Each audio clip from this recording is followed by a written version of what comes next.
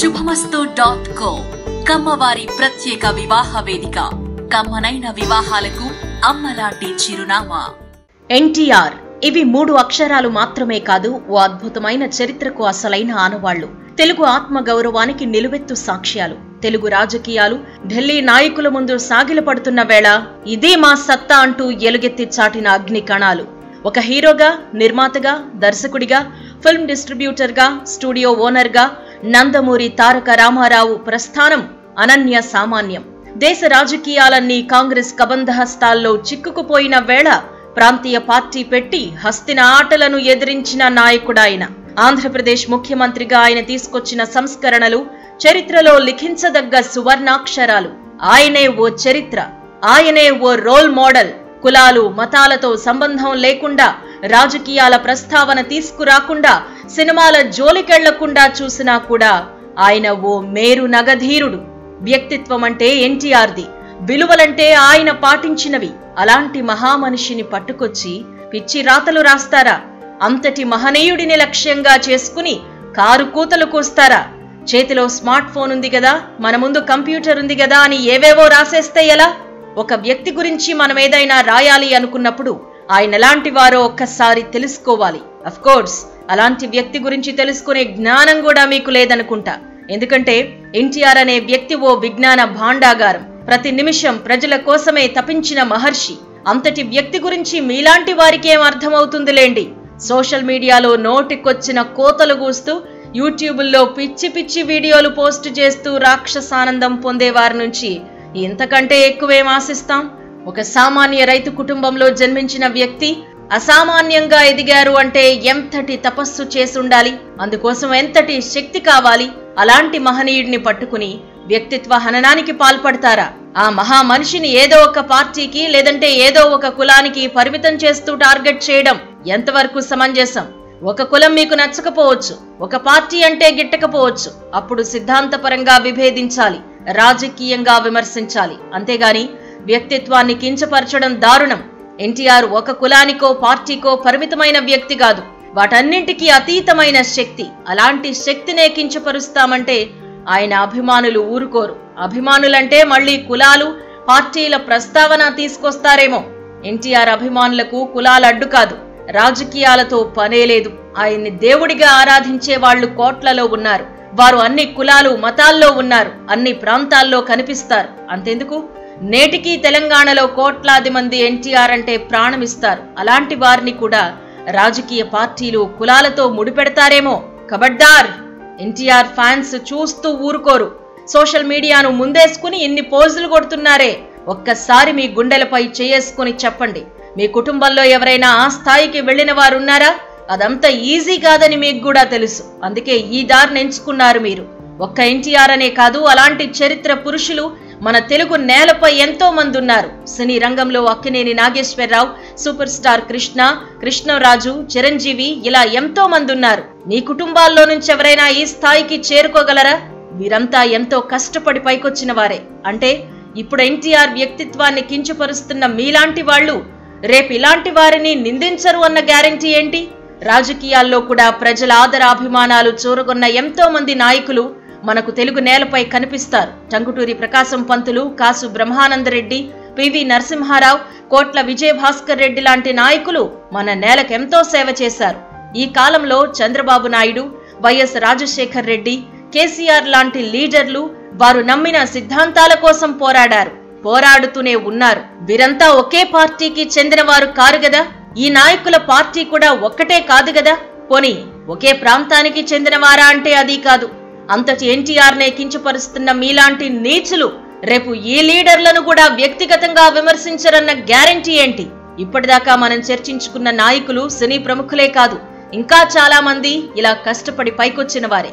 ఎవ్వరికీ ఏ స్థాయి ఊరికే రాదు, ఎంతో కష్టపడి సంపాదించుకోవాల్సిందే. శ్రీశ్రీ అన్నట్టు ఏది తనంత తానై నీ దరికి రాదు, శోధించి సాధించాల్సిందే. ఇప్పుడు మనం ప్రస్తావించుకున్న వారంతా నిజమైన పోరాట యోధులే. మీ కుటుంబాల్లో, మీ బంధువుల్లో ఎవరైనా ఈ స్థాయికి చేరుకున్న వారున్నారా? అలా చేరుకున్న కుటుంబాల్లో మీరుంటే ఇంతటి నీచపు రాతలెందుకు రాస్తారులేండి.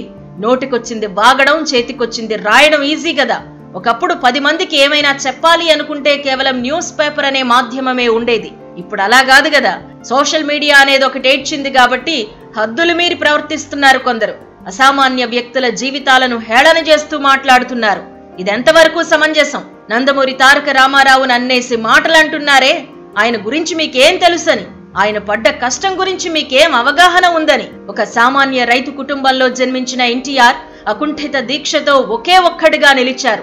భూమిపై మనుషులు బతికున్నంత వరకు ఆయన పేరును గుర్తు పెట్టుకుంటారు అనడంలో ఎలాంటి సందేహం లేదు. 1949 నుంచి 1983 మధ్య సుమారు 34 ఏళ్లలో 315 సినిమాలు తీశారు నందమూరి తారక రామారావు. అంటే ఏడాదికి 9 సినిమాలన్నమాట. ఇందులో కొన్ని సినిమాలను ఆయనే నిర్మించారు, కొన్నిటికి దర్శకత్వం వహించారు. మరికొన్ని సినిమాల్లో ద్విపాత్రాభినయం, కొన్నిట్లో త్రిపాత్రాభినయం, ఇలా ఎంతో కష్టపడ్డారు. ఒక వ్యక్తి ఇన్ని అద్భుతాలు సృష్టించడం సాధ్యమేనా? మామూలు వ్యక్తులకైతే అసాధ్యమే. ఆయన అసాధ్యాన్ని సుసాధ్యం చేశారు కాబట్టే మహామనిషిగా అవతరించారు. అంతటి వ్యక్తిని పట్టుకుని వ్యక్తిత్వ హననానికి పాల్పడతారా? ఎంత ధైర్యం మీకు! తెలుగు నేలపై టీడీపీని స్థాపించి పచ్చ జెండాను రెపరెపలాడించారు. పార్టీ స్థాపించి కేవలం 9 నెలల్లోనే అధికారంలోకి కూడా తెచ్చారు. అంత తక్కువ కాలంలో అద్భుతాలు సృష్టించారు అంటే దీని వెనుక ఎంత శ్రమ ఉండాలి, ఎంత మేధస్సు ఉండాలి, ఎంత క్రమశిక్షణ, కార్యదీక్షత కావాలి. ఇవన్నీ ఒక్క ఎన్టీఆర్ లోనే మనం చూడగలం. ఎందుకంటే ఆయన ఓ మహర్షి, ఓ తపస్వి. అలాంటి వ్యక్తి గురించి అంత నీచంగా ఎలా మాట్లాడాలనిపించింది? సినిమాలు, రాజకీయాలను పక్కన పెట్టి చూసినా ఆయన వ్యక్తిత్వం ఓ హిమాలయ శిఖరం. ఇందుకెన్నో ఉదాహరణలు మన కళ్ల ముందు కనిపిస్తాయి.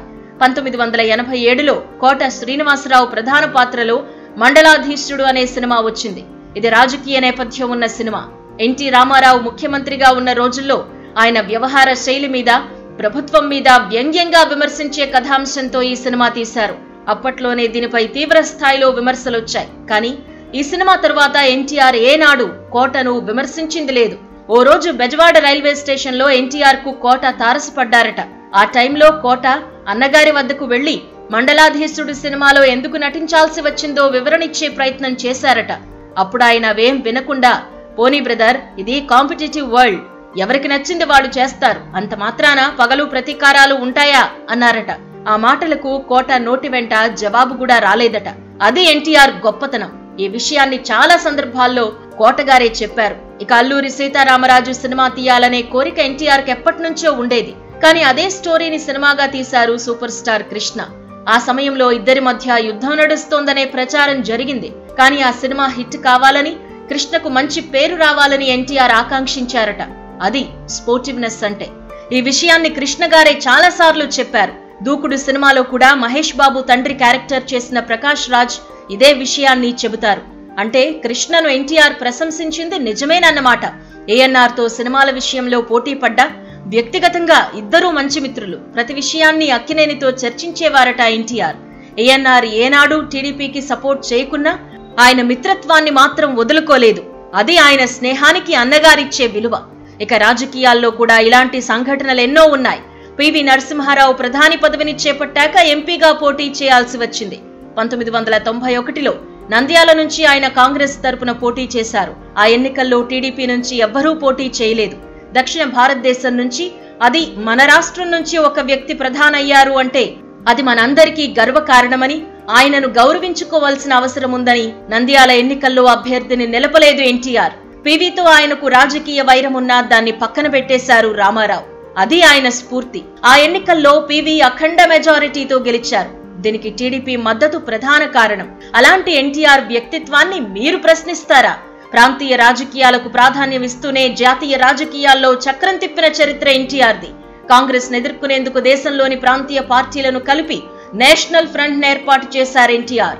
1989లో పివి సింగ్ ప్రధానిగా కేంద్రంలో ప్రభుత్వాన్ని ఏర్పాటు చేయడంలో కీలక పాత్ర పోషించారు.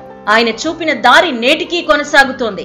ప్రాంతీయ పార్టీలన్నీ ఒక్కతాటిపైకొచ్చేందుకు ఎన్నోసార్లు ప్రయత్నం చేశాయంటే అది ఎన్టీఆర్ చూపిన స్ఫూర్తి. అది పెద్ద ఆయన గొప్పతనం. అది నందమూరి తారక రామారావు స్థాయి. ఆయన్నా మీరు విమర్శించేది. అందుకే మనం ఎవరినైనా విమర్శించే ముందు ఆయన స్థాయి ఏంటో తెలుసుకుని ప్రవర్తించాలి. అప్పుడే మనకు గౌరవం. అంతేగాని సోషల్ మీడియా ఉంది కదా అని అవాకులు చవాకులు పేలుతామంటే ఎవ్వరూ చూస్తూ ఊరుకోరు. మళ్ళీ చెబుతున్నాం, ఇదొక కులానికో పార్టీకో సంబంధించిన అంశం మాత్రం కాదు. ఎన్టీఆర్ అన్నిటికీ అతీతుడు. సినిమాల్లో రాముడిగా నటించడమే కాదు, ఆయన వ్యక్తిత్వం కూడా నిజంగా అలాంటిదే. అందుకే ఆయన్ను దైవాంశ సంభూతుడని అంటారు. ఈ విషయాన్ని ప్రతి ఒక్కరూ గుర్తించాలి. మేమెందుకు గుర్తించాలి, మాకేం అవసరం అంటారా? అది మీ ఇష్టం. కానీ వ్యక్తిత్వ హననానికి పాల్పడితే మాత్రం తగిన మూల్యం చెల్లించుకోక తప్పదు.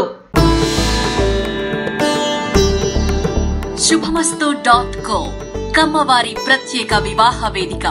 కమ్మనైన వివాహాలకు అమ్మలాంటి చిరునామా.